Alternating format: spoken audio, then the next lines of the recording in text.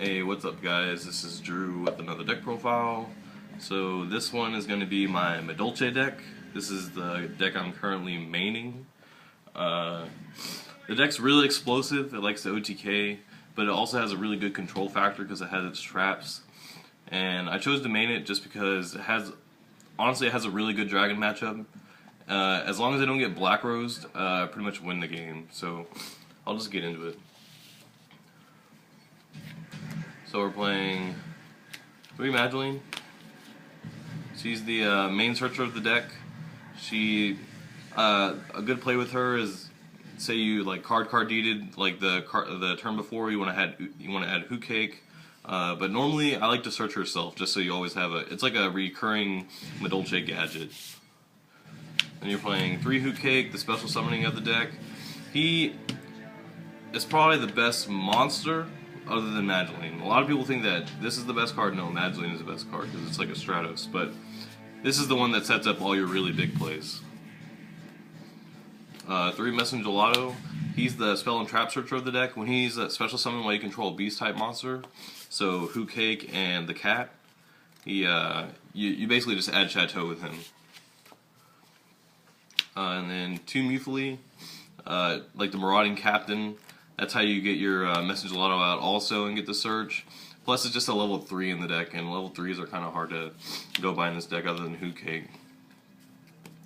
And then for the non-Madolche monsters, 2 Card D. This helps you fuel your Hoot Cake, and plus it's a really good turn 1 play. Because I basically want 3 turn 1 plays. I either want this in back row, the cat and the Messenger Gelato for a field spell, or Madolche so I can set up my plays. And then I tech 1 Fossil Dyna, just because dragons are really apparent in this format, and even if I'm playing it's like some kind of rogue deck, or even just a set Fossil Dyna or even just face up Fossil Dyna can really mess with your opponent.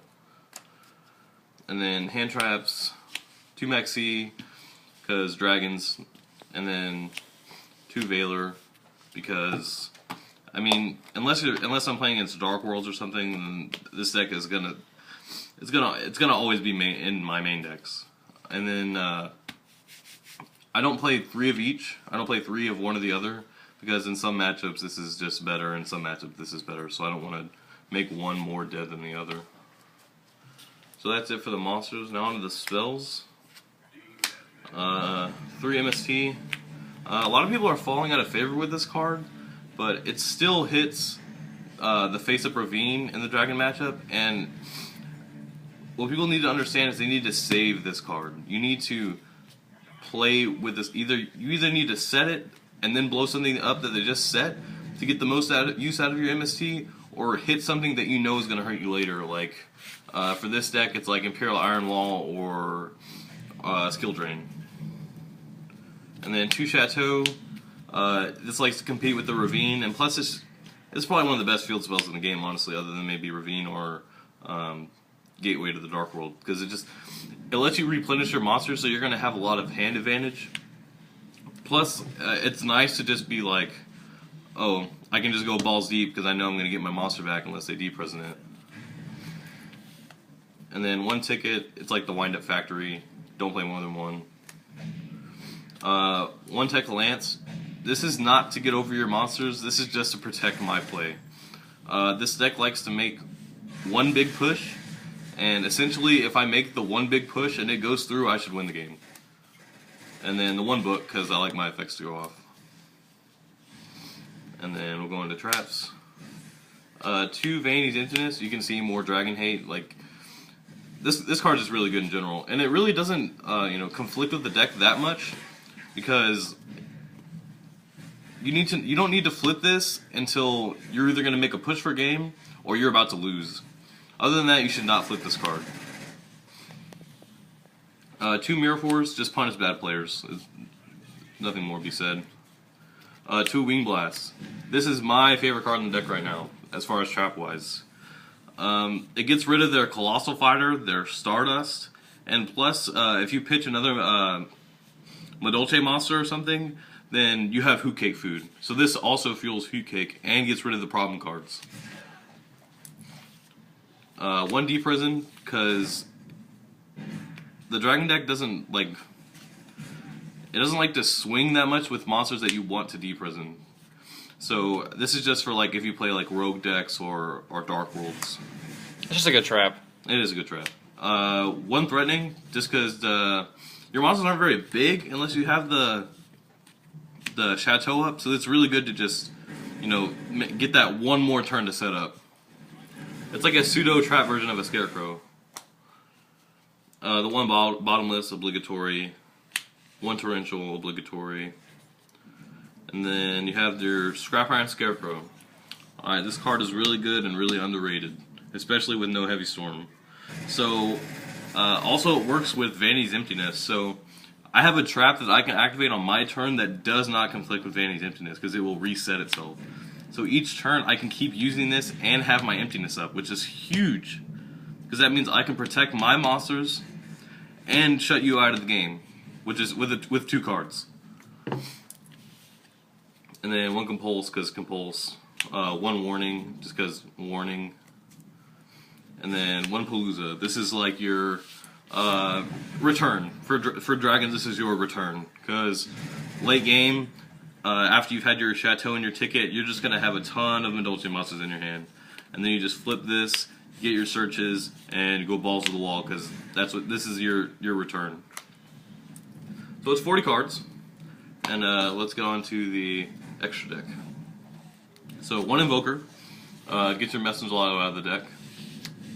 One Engineer, this card saves your ass.